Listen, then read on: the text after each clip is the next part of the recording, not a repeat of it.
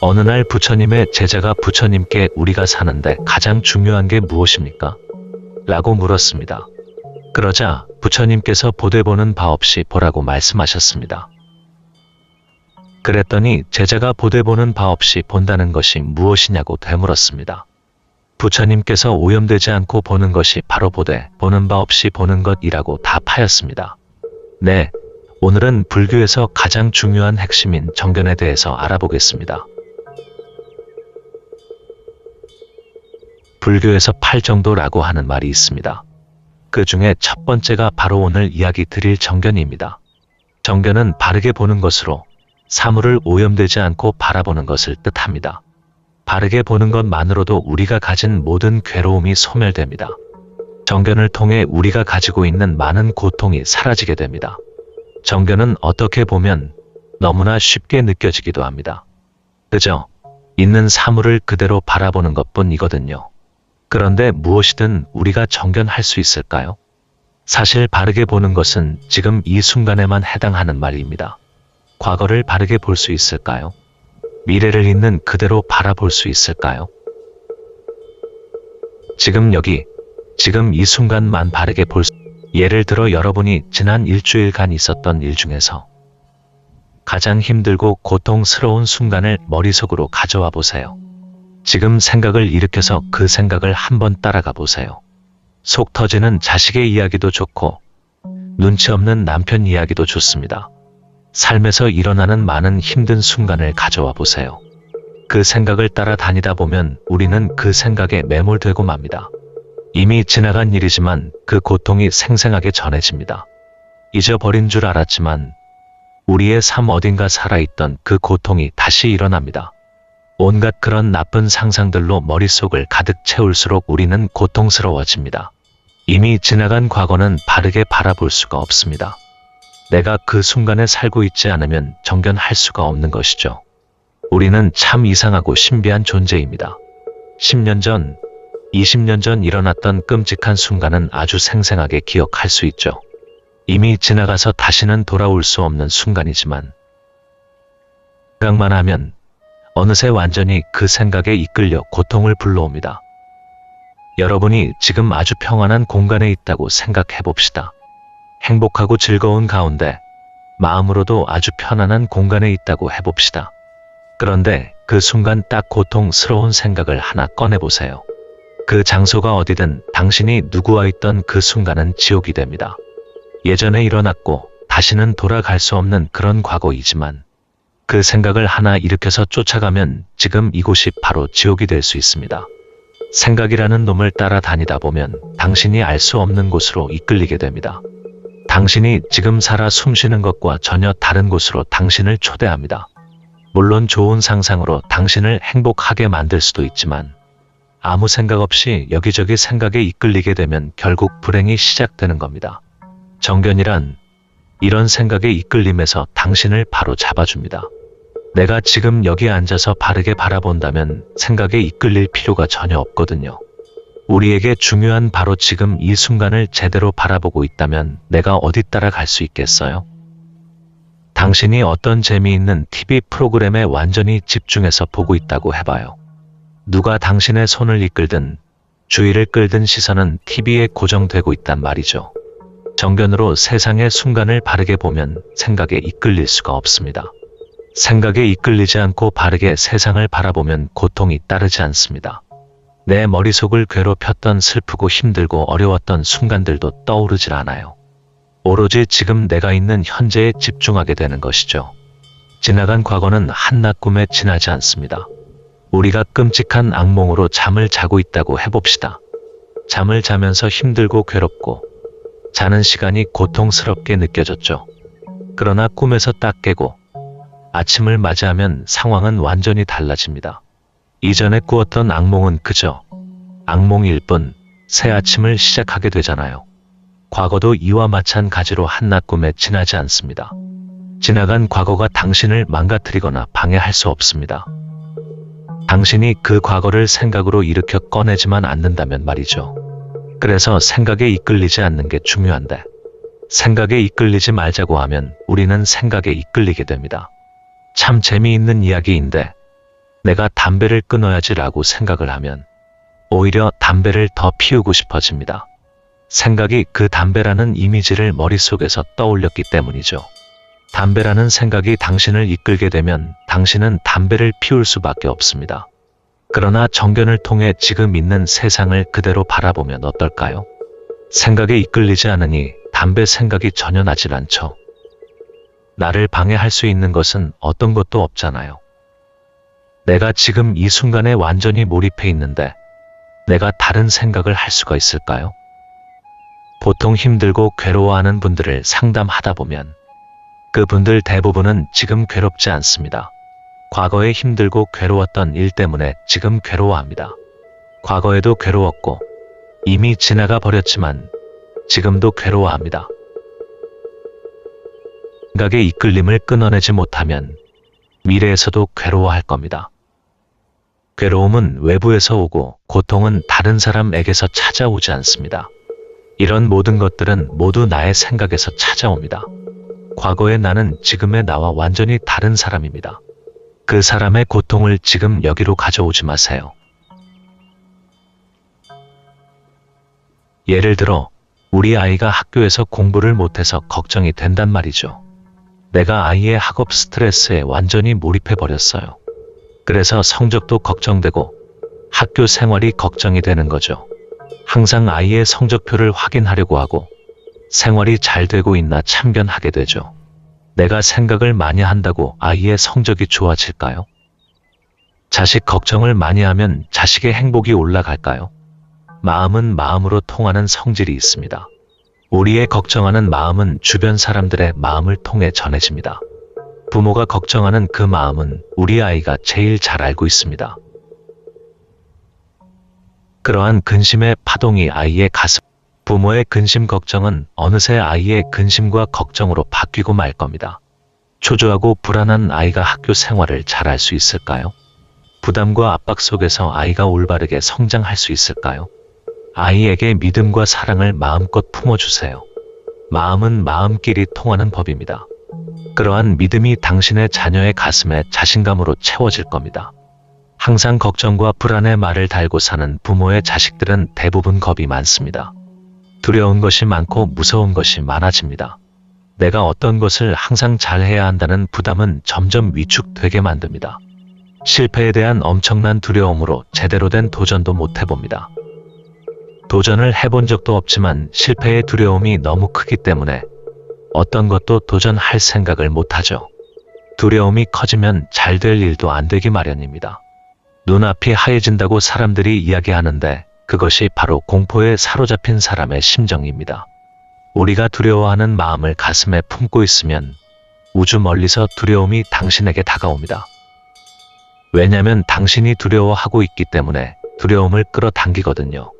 어렵고 힘들 것 같다고 생각을 하면 어렵고 힘든 일이 당신 옆에 와서 자리를 잡습니다.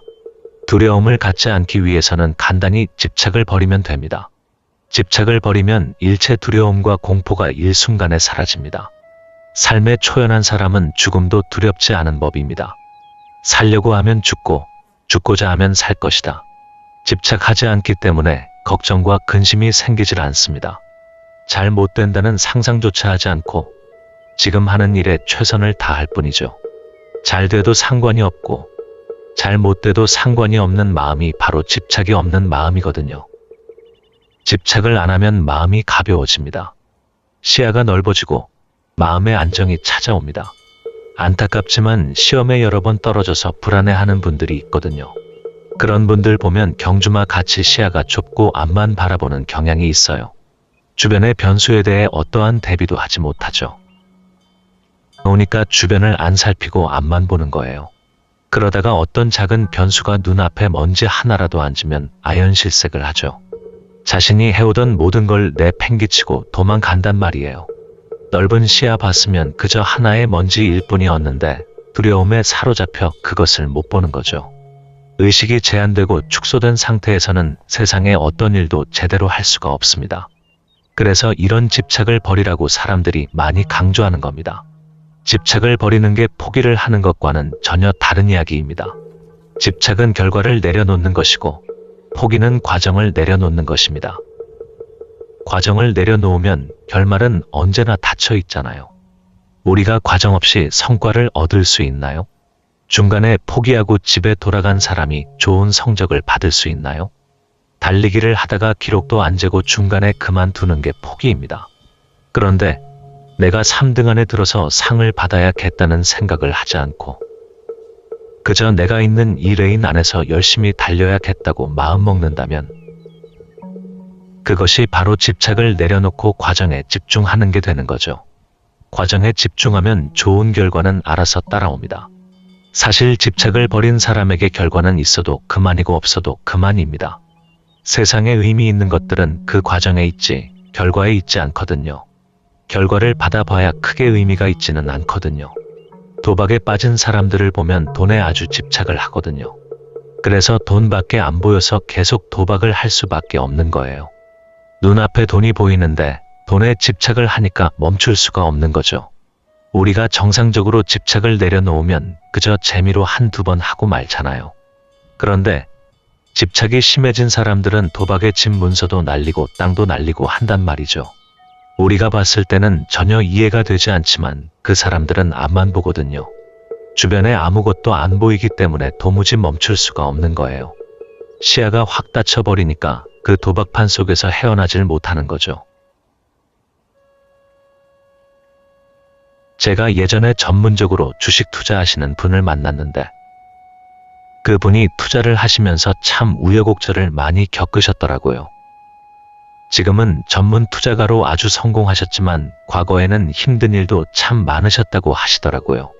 그러시면서 자기는 정말 좋은 주식 종목은 투자를 안 한다고 하시더라고요. 자기가 예전에 너무 좋은 종목인 것 같아서 그 종목을 가만히 들여다보았대요.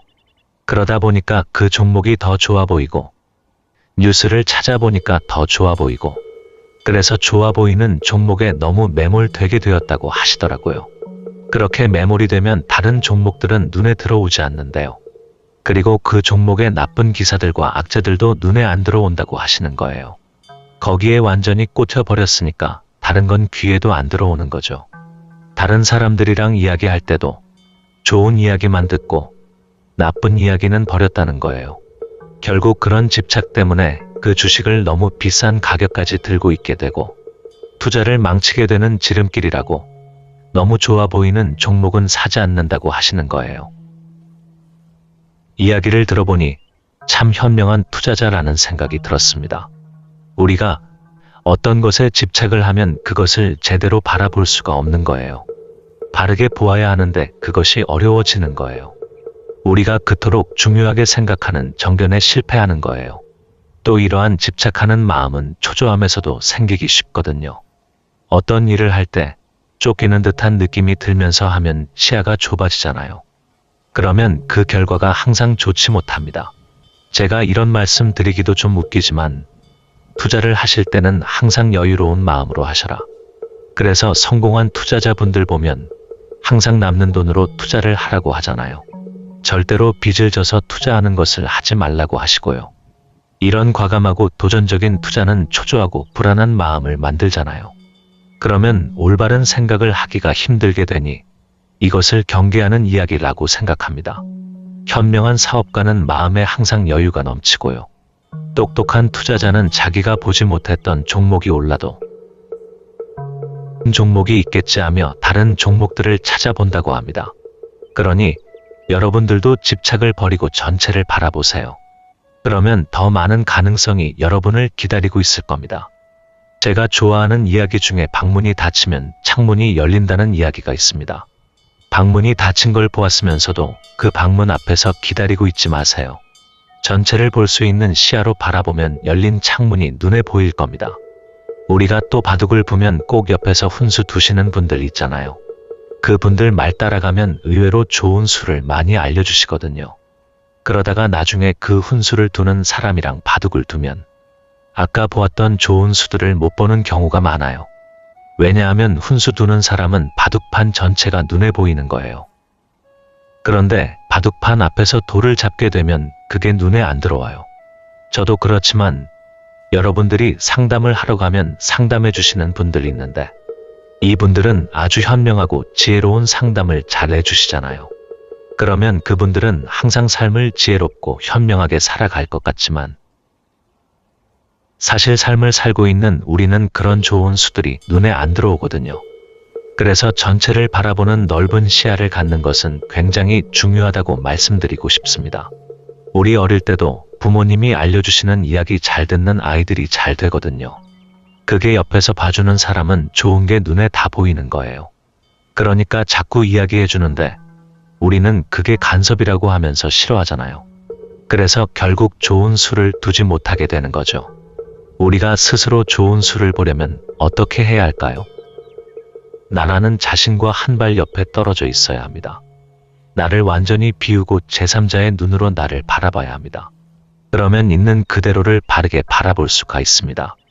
욕심을 딱 버리고 세상을 바라보면 세상이 바르게 보이기 시작합니다. 불교에서 자꾸 나라는 아상을 깨라고 이야기를 많이 하잖아요.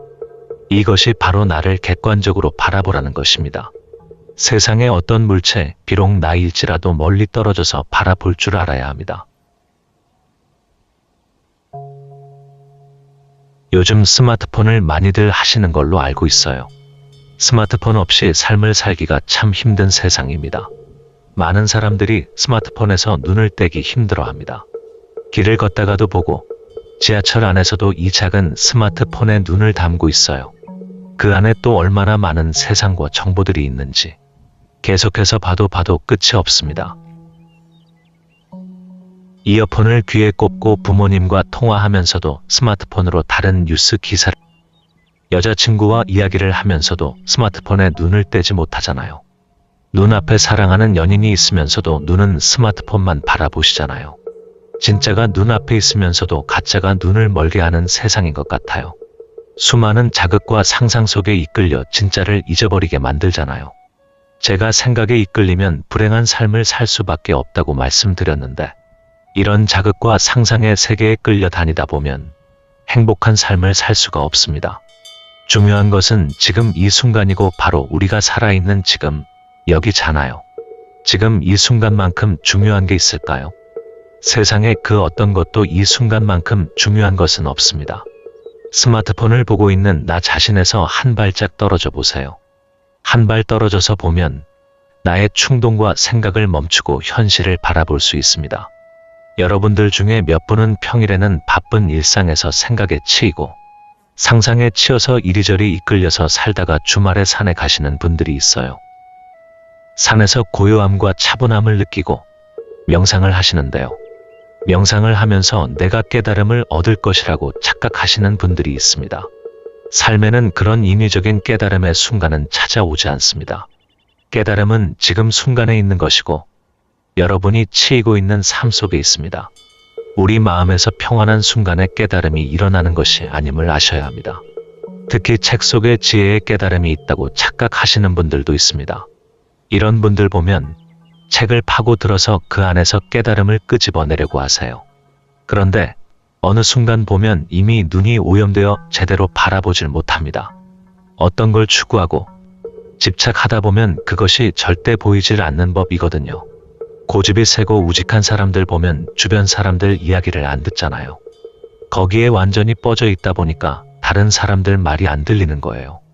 내가 항상 찾으려고 노력하고 탐구하는 것들은 거기에 없습니다. 내가 거기 있다고 믿는 것뿐이죠. 그것은 허상이고 가짜일 뿐이에요. 예전에 큰 스님들 보면 우리 불교의 공부가 다 무소득이라고 하시잖아요. 우리의 불교의 마음 공부는 아무 소득이 없습니다. 본래 얻을 게 없기 때문에 공부를 해도 얻는 소득이 없는 것입니다. 우리의 공부는 본래 얻을 게 없는 까닭이다. 그냥 아무것도 없이 텅 비어 있을 뿐입니다. 대단한 자극도 머리를 완전히 멍하게 만들고 가슴이 울렁이는 그런 것은 없습니다. 그런 가슴 뛰는 깨달음은 거짓된 깨달음입니다. 본래 깨달을 것이 없는데 어찌 깨달을 게 있을까요? 우리는 보통 엄청난 감동이나 재미와 자극들을 쫓아다니잖아요. 그곳에 진리와 깨달음이 있나요? 이런저런 생각에 이끌려서 복잡하게 휘둘릴 뿐이에요. 여러분들이 이런 법문을 듣는 것도 어떤 큰 깨달음을 얻을까 하고 보시잖아요. 죄송하지만 이곳에는 그런 것들이 없습니다. 큰 감동과 재미와 자극은 이곳에 없어요. 그저 심심하고 아무런 자극이 없을 뿐이죠. 우리가 보통 큰 깨달음이나 지혜를 얻기 위해서 자극을 받으려고 교회를 다니고 절에 다니고 법당에 다니고 하는데 그곳에 깨달음은 없습니다. 이곳에도 당연히 깨달음은 없고요. 외부에서 어떤 자극을 통해서 얻는 것은 진정한 깨달음이 아닙니다. 우리는 외부의 자극을 통해서 해방될 수 없습니다. 진정한 해방은 내 안에서 일어나기 때문입니다. 어떤 좋은 법문이나 설교를 들었다고 내가 해방이 될 수 있나요? 나를 가두고 있는 것은 나 자신인데 다른 사람이 그걸 어떻게 풀어줄 수 있나요? 나의 생각이 나를 가두고 있는 것뿐입니다. 나를 해방시킬 수 있는 사람은 바로 나 자신입니다. 제가 상담을 하다 보면 아주 멀쩡해 보이는 사람도 스스로 갇혀있는 분들이 많아요. 좋은 대학 나오고 좋은 직장에 취직하고 돈도 잘 벌거든요. 부족한 게 하나 없이 남 부럽지 않게 잘 사는 것처럼 보이는데요. 속 이야기를 해보면 어릴 때 자라면서 겪었던 트라우마나 지금 자신이 가지고 있는 것들에 대한 불안감이 너무 커서 두려워하고 있는 경우가 많아요. 겉으로 봤을 때는 멀쩡하고 오히려 대단해 보이는데 마음속을 들여다보면 작은 아이가 대단치 않은 것을 지키려 두려워하고 있거든요. 그런 자기 생각 속에 갇혀있는 사람들이 대단히 많습니다. 이런 생각의 틀에 갇혀있는 분들은 자신을 탓할 필요도 없는 거예요. 그것은 환경이 자극을 해서 내가 거짓으로 만든 생각일 뿐이거든요. 그 사람이 좋은 직장에서 잘리면 그 사람이 바뀌나요? 내가 좋은 대학을 가면 다른 사람이 되나요? 내가 바뀐 것이 아니라 그저 환경이 바뀐 것뿐이에요. 그런 환경들을 우리는 시절인연이라고 하는데 그런 시절인연은 시간이 지나면 또 자연스럽게 지나갑니다. 여러분들이 지금 고통의 순간에 살고 계실 수 있습니다. 그 또한 여러분이 만들어낸 것이 아니죠. 그것은 그저 환경이고 외부에서 불어오는 것들일 뿐입니다. 그런 시절인연을 만나면 그저 지나갈 뿐이라고 하며 그래도 바라보시면 됩니다. 내 잘못은 없고 그런 시절인연을 만난 것뿐이에요. 불행한 어린 시절과 부족한 부모 밑에서 자랐다고 해봅시다. 는 아무 잘못이 없거든요. 그저 시절인연이 그 아이를 그렇게 힘들게 만든 것뿐이에요. 시간이 지나고 그 아이가 잘 성장한다면 또 언젠가는 좋은 시절인연이 찾아올 거란 말이에요. 여러분, 진리에는 균형이 있고 우리의 삶은 곧 진실입니다. 지금까지 살아오면서 한번 삶을 제대로 돌아보세요. 항상 좋고 행복한 일만 있으신 분 있으신가요? 반대로 불행하고 고통스럽고 괴로웠던 일밖에 없던 분 계신가요? 삶이란 언제나 균형을 맞추며 살아가려고 합니다. 힘든 일이 있으면 좋은 일이 생기고 좋은 일이 생기면 힘들고 괴로운 순간이 기다리고 있습니다. 지금 내가 처한 환경이 아주 고통스럽고 힘들다고 한다면 오히려 다행입니다. 삶은 균형을 맞추려 하기에 앞으로는 좋은 일이 생길 가능성이 높거든요. 내가 좋고 행복한 상황에 있다면 오히려 경계해야 합니다. 행복한 순간 고통의 씨앗이 어딘가 자라고 있을지 모릅니다. 우리가 아주 극단적으로 쓰레기 같은 부모 밑에서 자랐다고 상상해보세요. 드라마 보면 그런 이야기가 참 많은데 그러면 주인공이 커서 20년을 참아서 자기 아버지한테 복수를 하고 그러잖아요. 그러면 삶이 행복하고 나아지기 시작할까요? 복수를 하면 그것은 또 다른 고통의 시작이 됩니다. 왜냐면 복수란 과거에 대한 집착이고 복수를 통해 집착을 끝내려고 하지만 과연 복수가 마무리되면 집착이 끝이 날까요? 복수가 끝나면 또 다른 집착이 당신이 기다리고 있을 겁니다. 우리가 항상 어떻게 해야 된다고 생각하는 경우가 많아요.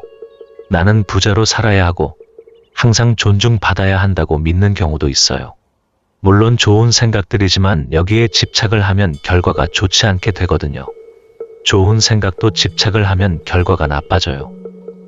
하물며 나쁜 생각에 집착을 하면 결과도 과정도 나빠지는 것뿐이에요. 우리가 부모가 되면 좋은 것이 있으면 아이들에게 알려주고 싶어 합니다. 알려주는 것까지는 괜찮은데 그것을 강요하는 경우가 있어요. 하는 게 정말 좋은데 이것을 꼭 하라고 말하던지 아니면 공부를 열심히 하는 게 삶에 도움이 되니까 강요를 합니다. 이런 좋은 것들도 강요를 하고 집착을 하면 나빠집니다. 남편에게도 똑같이 적용이 되죠.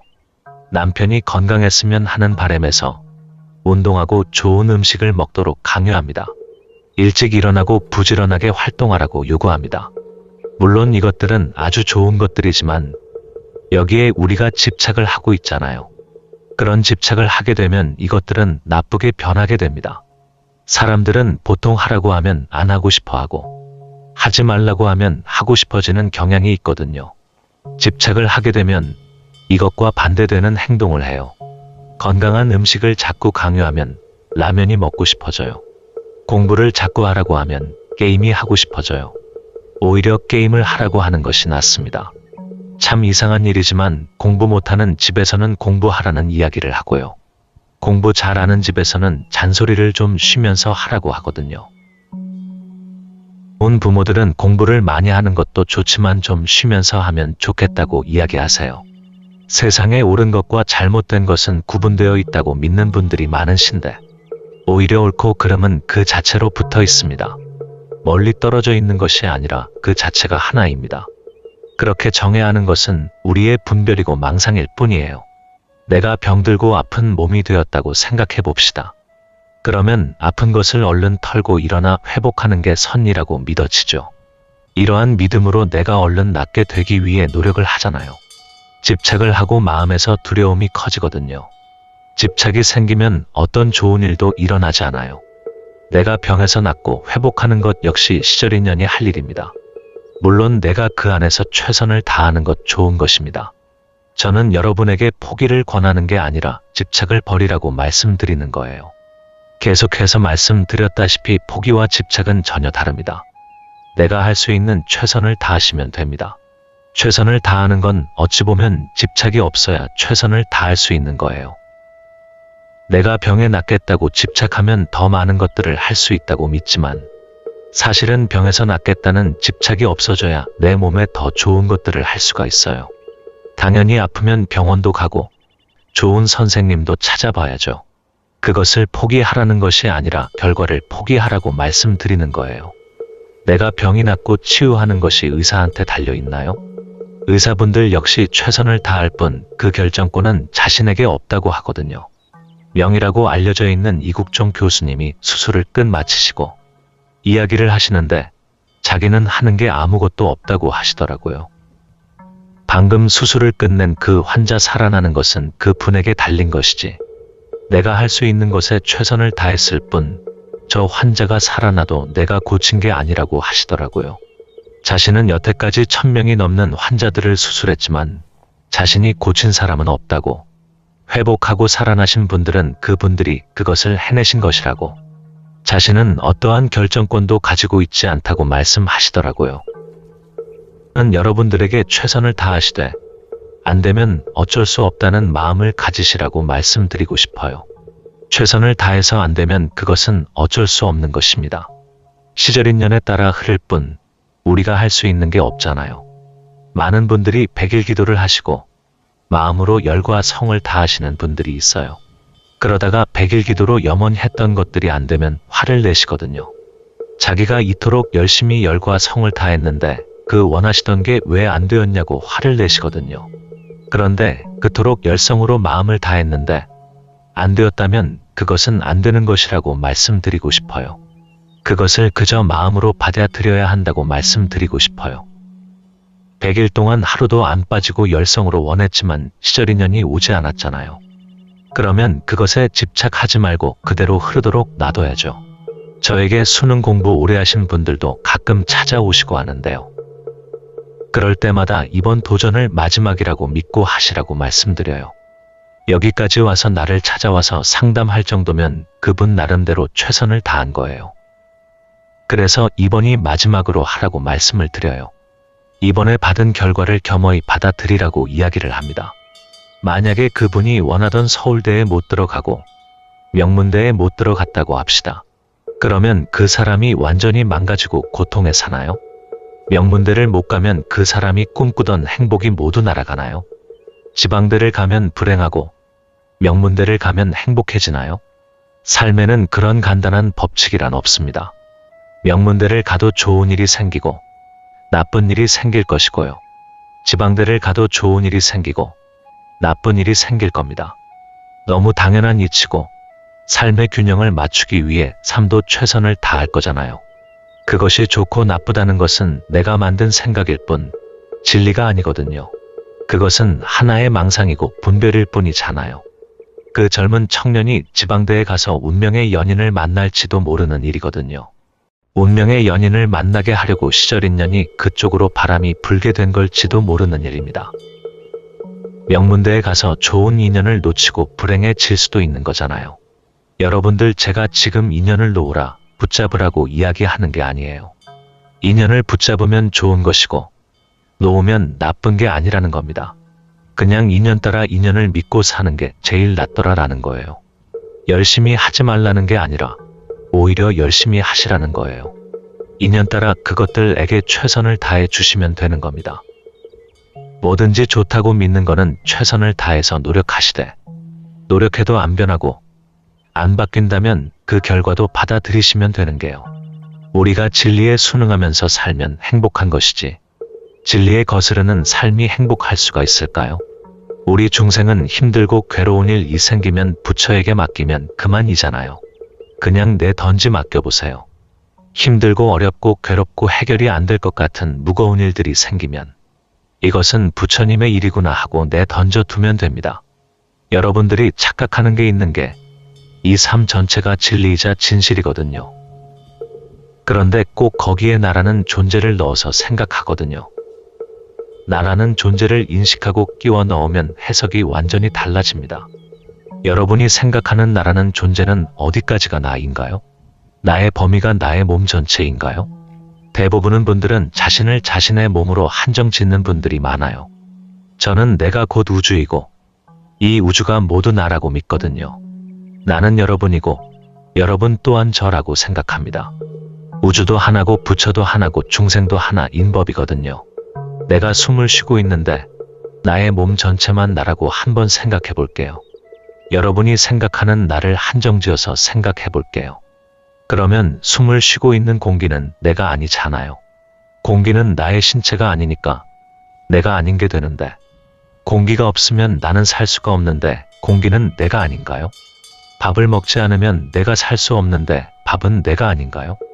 우주는 어떠하고 지구는 어떠하고 이것들을 분리해서 말할 수 있나요? 우리는 모두 연결되어 있는데 내 신체와 연결된 것만 나인가요? 나의 혈관이 연결되어 피가 흐르고 있는 신체만 나라고 한정 지을 수 있나요? 나와 연결된 온 우주가 나잖아요. 우리는 서로 의존하고 있고 우리는 모두 하나라는 겁니다. 그러니 이런 분별을 멈추시고 해석과 판단을 내려놓으세요. 해석과 판단을 내려놓고 현실을 받아들여 보세요. 우리가 오늘 정견이라는 주제로 이야기를 좀 나눠봤는데 여러분들이 듣기에 어땠을지 모르겠네요. 주제가 중간에 다른 곳으로 좀 흐른 것 같은데 그 역시 시절 인연이겠지 하고 받아들여 봅니다. 혹시나 오늘 이야기를 듣고 깨달으신 게 있다면 그것은 거짓된 깨달음이고 이 모두가 허망한 것입니다. 본래 깨달음이 없는 까닭이라 오늘도 무소득이었을 뿐입니다. 감사합니다.